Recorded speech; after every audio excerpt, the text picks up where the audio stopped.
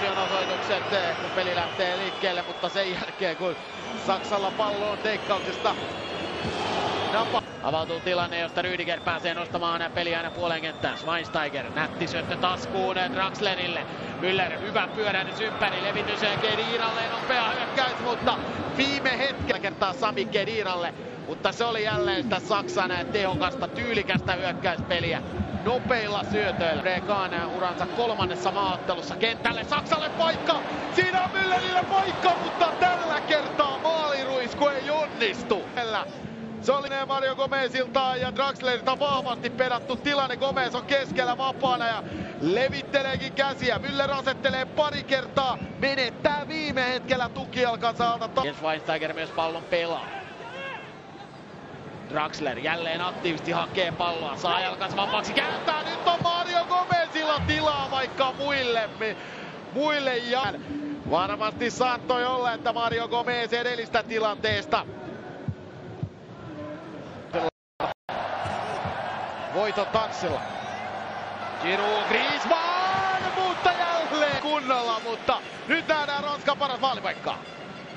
Pogba, Giroud, Griezmann. Draxlerilla pallo jäänyt jalkaan liian pitkäksi aikaa ja nopea hyökkää mahdollisuus on mennyt. Toki kun lyhyt hyökkäyskin toimii näin Mario Gomez. Edelleen apina roikkuu Gomezin harteilla maajoukkueessa, mutta lähellä Thomas Müller. Katsokaa tätä syöttöä ja ihailkaa. Maaginen. Ottaa uudestaan Juventuksen tähdelle. Martial. Yleisö on aivan kiimassa, kun Martial saa pallon joka kerran. Ja nyt onnistuu Anthony Martial on tässä yrittänyt ja Giroud pääsee nautiskelemaan.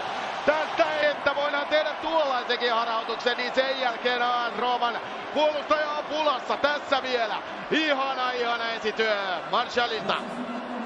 Ginter menee täysin vipuun ja sen jälkeen Giroud saa korjata hedelmät siitä vitosen viivan tuntumasta ja lukemat 1-0. Todellinen pukukoppi maali puoliajalle Didier Deschamps sinne. Pallon kosketus Pogba, jälleen hyvä syöttö Griezmannille. Griezmann! Hyvä oli Griezmannin keskitys ja siellä on Olivier Giroud aiheuttamassa päävaivaa Saksan puolustukselle. Todella hieno hyökkäys Ranskalta. Kyllähän nuo ikäviä asioita ovat. Tuollaisia tilanteita tulee. Valmistautuminen peliin ehkä vähän pieleen. No nyt tulee Müller kääntää. Pallo mahdollisesti maalin edustana. Ginter liikkuva. Avautuipa yllättävän helposti Saksalle hyvä paikka. Koscielny venyttää parhaimpaansa, Gomez odottaa siinä ja jälleen olisi Super Mario halunnut pallon keskustassa, mutta hölmöilee pallon takaisin Saksalle ja Gundoganille. Gundogan pelaa Thomas Müllerille, joka on ollut tällä jaksolla aika pimennossa, mutta yleensä silloin se verkko on heilunut tämän miehen jalasta, kun hän on puoli tuntia hiljaa. Näin, siinä vastaus. Müller kilauttaa vasemmalla jalalla. Tulee jälleen Thomas Mülleria parhaimmillaan. Periksi antamaton, loistava jalkapalloilija, niittaa tolppaan. Sieltä laservaloa tulee silmiin, Gündoganin keskitys.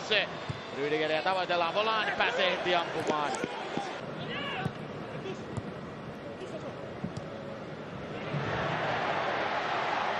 Joten sellaista yöllä vielä luvassa, olkaa mukana!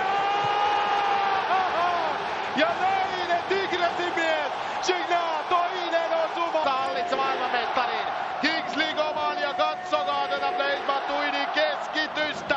Hummels arvoo tyhjää hiuksillaan, pallo menee hänen ylitseen ja Gignac. Jos Giroud on hyvä pelaaja, sitä myös André Pierre Gignac.